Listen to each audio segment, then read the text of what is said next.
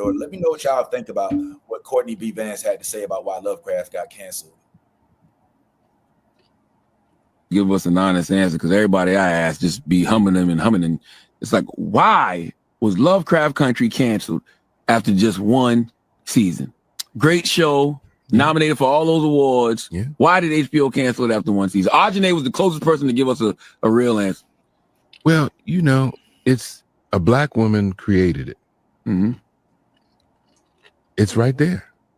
It was a black woman created it. Yeah. Mm-hmm. Yeah. And it was HBO's show, but it's her show.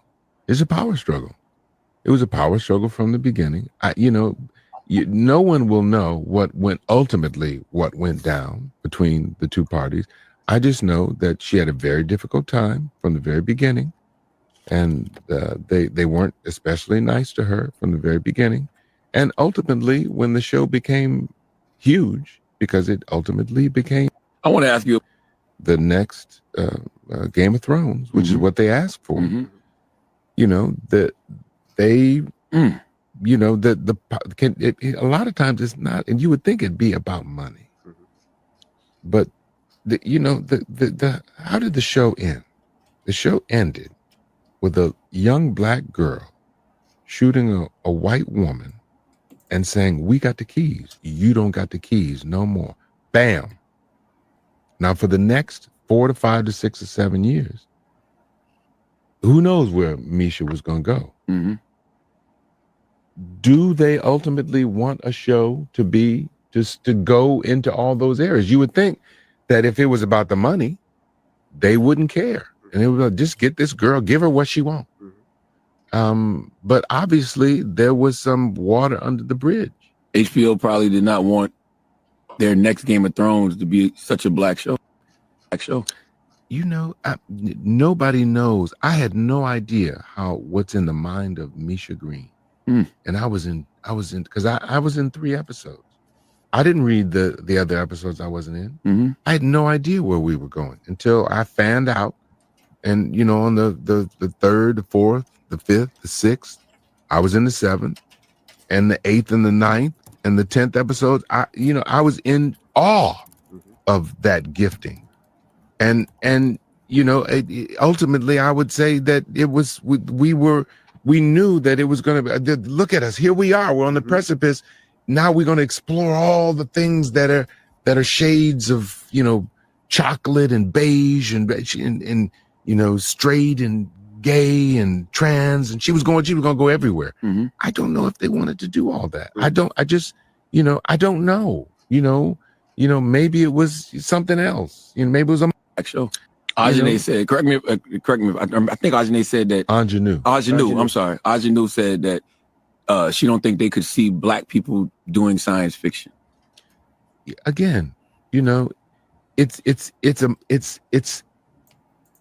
deep and wide and continuous.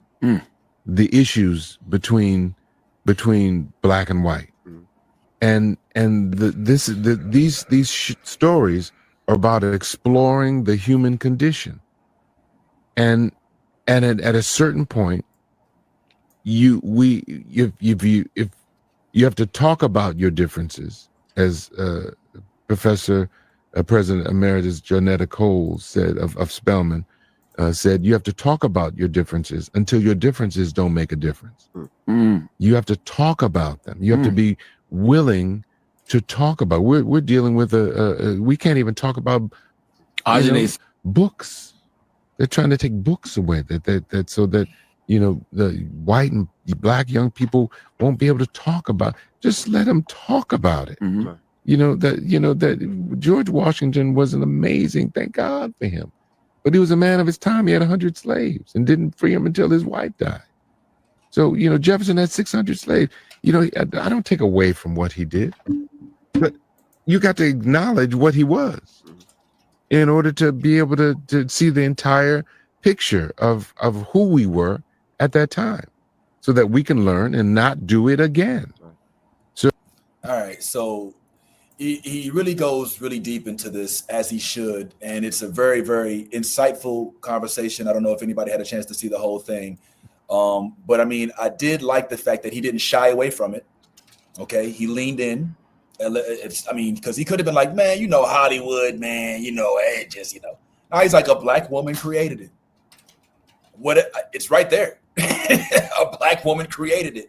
And I mean, what he's saying, does that ring true? Because I also heard like I read that she was she had the creative control, but at the end of the season, it wasn't necessarily looking like they were going to let her do whatever she wanted to. So she's like, nah, that's it. I mean, either way, it's all just sad as hell because this literally was such a groundbreaking show. I truly believe that we wouldn't have Sinners if it wasn't for Lovecraft.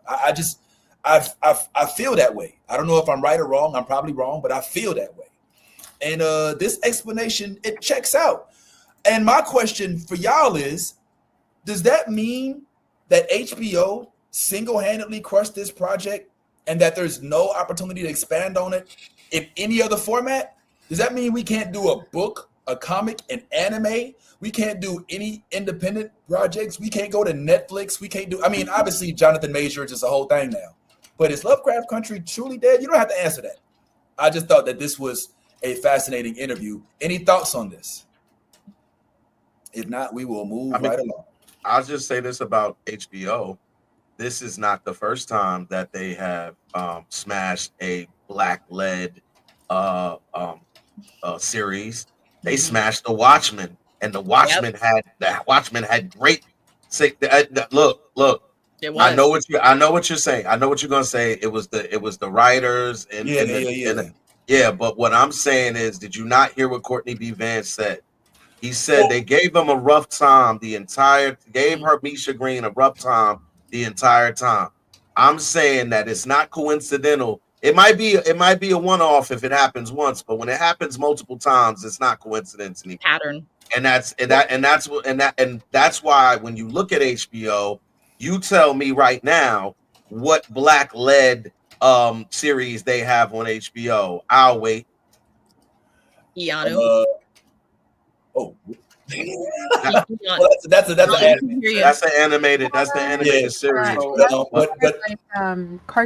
HBO owns Cartoon Network, and it's based in Cartoon Network. Yeah, not so much Max Originals or HBO Originals. And I think Ty was talking about live action stuff anyway. But I'm not trying to cape for HBO because that's not the case at all. And Anthony, I got you. But I do want to at least throw the distinction out there that the writer for Watchmen refused to make a second season. Like, it's a little different from Misha Green, who wanted to. Now, HBO could be like, all right, fuck you. We're going to hire somebody else. But I think they understood, like, they ain't going to get the same product. And that was where we did have a black Dr. Manhattan. We had a black Miss. It was good. It was really good. But that was the writer being like, no, I made one season for a reason because I wanted one season. This is Misha Green like, I want to make more. And they're like, do we want you to do that? What's up, Ant? Please enlighten us. So it feels weird because on one hand, I feel happy that HBO is actually even making these stories, right? They're actually making The Watchmen, actually making Lovecraft Country, whereas a whole bunch of other platforms wouldn't even give Black people that space to operate, right? HBO does do that a lot. But on the other hand, it feels weird, like you guys mentioned, how there's an award-winning, Emmy award-winning series so celebrated, and then they cancel it after one season. Now, with Lovecraft Country, it's interesting because it started as a book. It was a book first, and the TV series is an adaptation. It's weird because she, I believe, retained creative control as the showrunner as to what she was going to do with season 2, and there was no second book out. So HBO would have been walking into it blind without knowing what to expect from the series, and they just know the way that it ended. It's interesting when we give those Black creators the final cut and they allow them the space to tell their story, but then all of a sudden when we start telling our story, we get scared. They get scared. It's kind of like Courtney said, it's like it's a Black woman telling an authentic story. She got creative control and they didn't know what was going to happen. So it happens often, right? I think D.B. Weiss and David Benioff was going to do an alternate history story with HBO about what if the Civil War went in a different direction or something, or Black Yeah. people got independence a lot Yeah, sooner yeah, and yeah, started that's right. founding I their remember own part of the country. HBO was going to do it. Like, they were brave enough to do it, but then it's like, you know, how many feathers are they willing to ruffle for money? Basically. Okay. So I guess that's what it is. It's, as somebody once said to me, scared money don't make money. You know what I'm saying? And it sounds like they pussy, to quote Riley.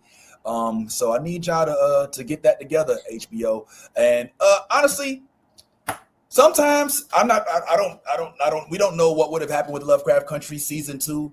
It might not have been as good as the first one. You know, our expectations were 0 when it first came out, but as a season 2, you have higher expectations. So I mean, maybe the one-off will historically prove to be the right decision. I think not. My heart says no, but either way, it is what it is.